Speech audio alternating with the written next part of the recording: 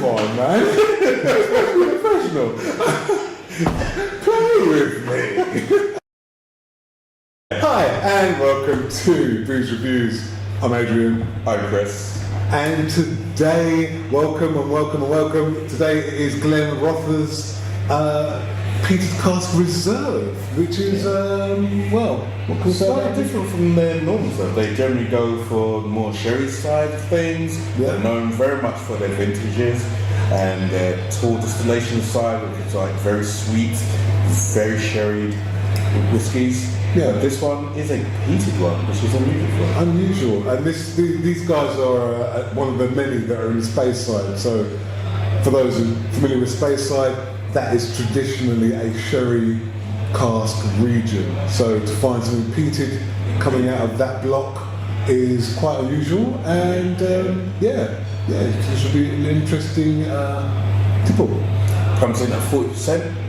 So not going to be too strong. Yeah. Should be able to drink it straight up. Yeah. Shouldn't be any issues.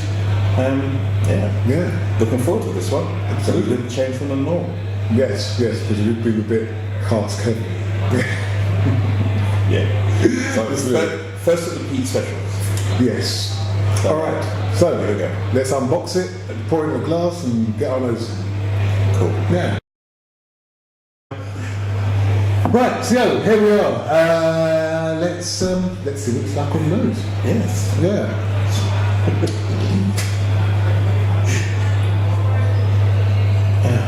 It smells sweet. It smells real sweet.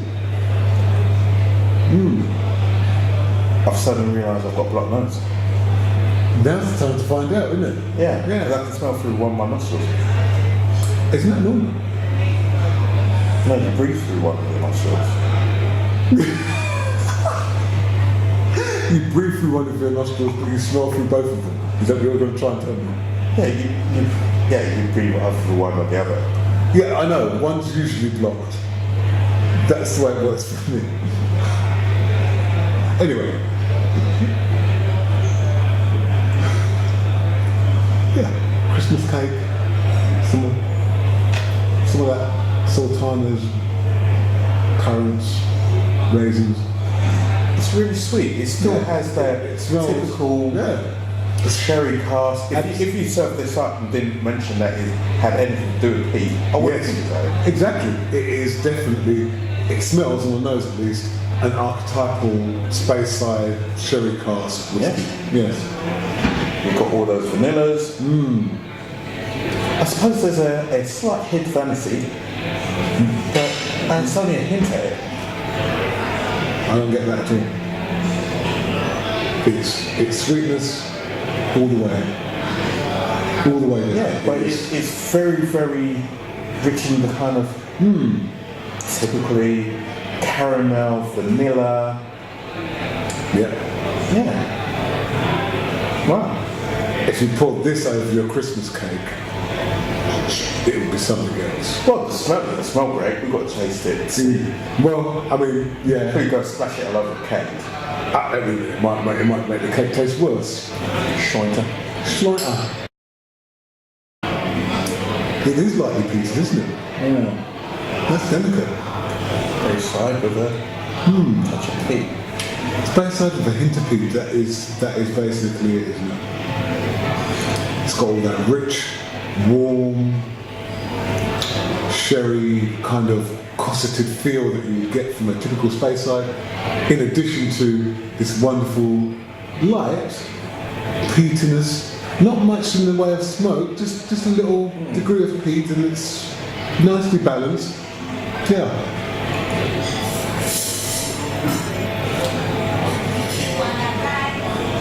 We're not talking barbecue here. No, definitely not. No. It's veering towards the kind of edge, the type of peat that has that licorice thing going on.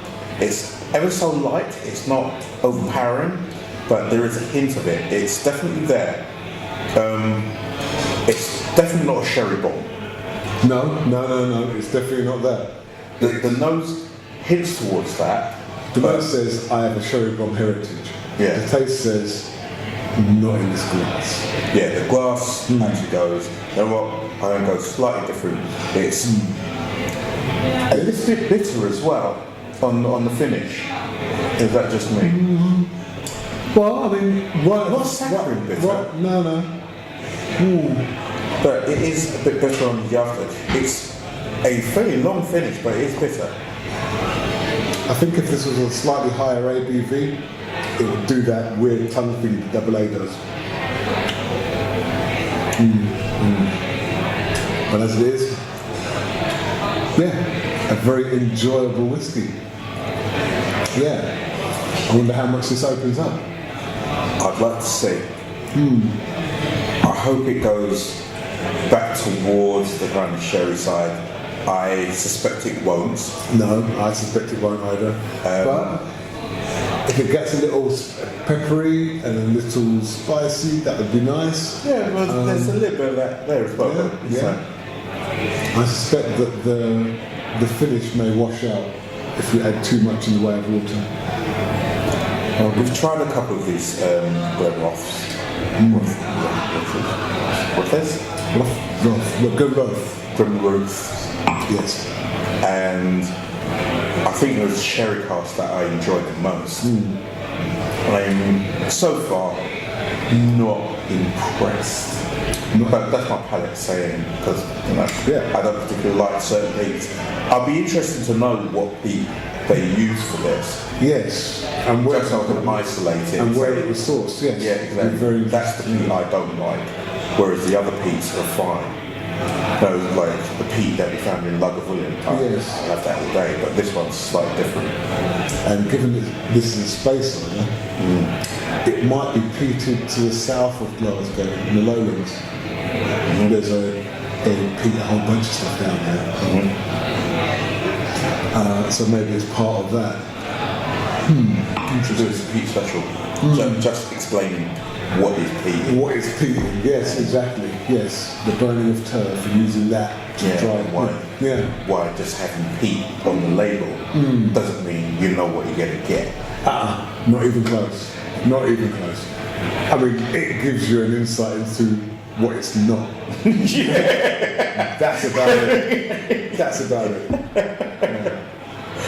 Yeah. I know what it's not because. Sure, bro. Yeah. Yeah, so let's add some water and see where we end up. Boom. Boom. Shakalaka. Did I say that out loud? Yes, you did. Oh, shit. Wow. That didn't go where I expected. And it's opened up more of the kind of sherry-fied. It has. The sherry's gone up, the peat's gone down. Yeah, I'm now back on board. Before I was like ready to jump ship. Well, isn't this a little character? You add an ice cube to this, and you've got peat at the start and a sherry bomb at the finish. Well, maybe sherry bomb's a bit of an exaggeration, but yeah, it's definitely definitely a higher sherry-fication to the ending than to where it starts. Are you sure they understand what you just said? Yes. Okay. Yes. That stays in. I'm a good cut it. Good. Sherrification. You know what I mean, guys. If you don't understand what I mean, they know what you mean now because it's. But is it veggie? It was something. Okay. Yeah. I was having difficulty trying to get my English tones around it. I just needed a little curry blue. Yeah. The total tropical taste. No, it's definitely. What's that? I mean, come on, man. Be professional. Play with me. Yeah. So, I think, I like this now. Without the water, not a fan. Okay. Bit of water, it's opened up. I would like to try it with some ice to see how the balance is, and I think it would probably from my point of view, a very good dram. I think with the ice, it changes the way that it behaves as that ice melts, and that's going to be a really interesting thing to sit and enjoy. To have a drink which starts out peaty and ends very kind of nice, a spicy edge there, and a nice sort of sherry notes carry through with the peat sort of attenuated somewhat. Indeed. It's a drink, it's a long drink, even though it's not a drink that you're mixing with anything other than an ice cube. And because of the complexity of the flavours, it's almost like the best of both worlds. Yes. When it was neat, it was a bit too much for me, but once you put a bit of water in, then the equated bit, and you'll sit and you'll get cherry bits at the forefront, at the beginning of the palate, and then as the palate lengthens out and you get towards the finish, it's more of the kind of, I wouldn't exactly call it acetone, but it's definitely a peatier style towards the finish, and it's not so bitter either. No. It's 3 drops has changed this into something. Indeed, the sweetness from the cherryness has now overtaken the bitterness that was there prior, and nice done that. Yeah, I'm trying not to drain this. Yeah. Let's get another pour, light pour, and stick some ice in. It's kind of swung the other way again, but not upsettingly so. We've now got something peaty, it's nice. I'm sure as this ice decides it's going to vacate its solid form, it'll become this wonderful thing that we encountered earlier. Yeah, so the peat is definitely making a comeback. But not to a degree that I would regard it as being unpleasant. No. Really beautiful ice we've got here as well. Very clear. Yeah, very good clean ice. Good clean ice. Yeah. You can't rate that high enough. Yeah, good fresh ice. Will I flask it? Probably not. Yeah, I don't think this is flask material for the simple point of the fact that you want to experience the character change. You want to experience this swing, this pendulum swing between the peat and this lovely sherry thing that it does once it's a little dilute. So it's definitely a drink that you need to take time to savour and enjoy, and I don't think that's a hotel bar situation. I think that's actually okay. You're waiting for someone, that's cool, but it's a warm day and you're sat outside and you're thinking, right, okay, I can start with the ice cube in it, I can, but by the time this person puts in their appearance, it'll be nice and melted and it'll be nice and cool and it'll be a different thing and it'll be, right, what are you doing? Oh, no, I couldn't even tell you how I got to this drink. It is changed character as it does change. Yes. And as I'm drinking it, it's changing. And surprisingly, it's actually heading even further towards the peaty, and I'm going off it. Alright, what do you reckon? Score, I'm going to give it a flat 30. It's all over the place. It's not terrible. I don't hate it, but I do kind of like it, but I don't exactly like it. So I think 30 is actually quite fair. I think it's alright enough. Okay. Well, I hear you. Me, this I give 36. And the reason I give it 36 is simply because anyhow they managed to meld this peated finish and this sherry finish and actually have both of them present in a pendulum swing in the one glass. Yeah. Hats off. I don't know how you've done it. And look, props to the master blender. Indeed. This is fine work. Yeah, it is. And it represents something which is very subtle, it's very deceptive, it's actually lovely. And while it's not as sherry-y as I might like, or as peaty as I would definitely prefer, it somehow manages enough of each to keep me happy. So, yeah. So, would you flask it? I don't think I'll flask it, because what I enjoy most about this is this transitional period that it has, where it goes from one thing to another. Yeah. Yeah. Depending on the amount of ice, amount of water, Exactly. the amount of alcohol that you pour in, it is the revel of all. Exactly. You never know what you're going to get out of it. You never know. It's something, and then it's something else. It's a shape-shifting thing. It's quite remarkable in that respect. Yes. But because of the peat thing, it doesn't breed me. So I wouldn't flask it either. Okay. So would you gift it? Now, you know, as a gift, I think this represents an interesting one for someone who's, I don't even know what they've got to be. But if they say they like whiskey, then yeah, why not, man? Because it's unusual to find a drink which swings so readily from one state to another. Indeed. So yeah, definitely giftable.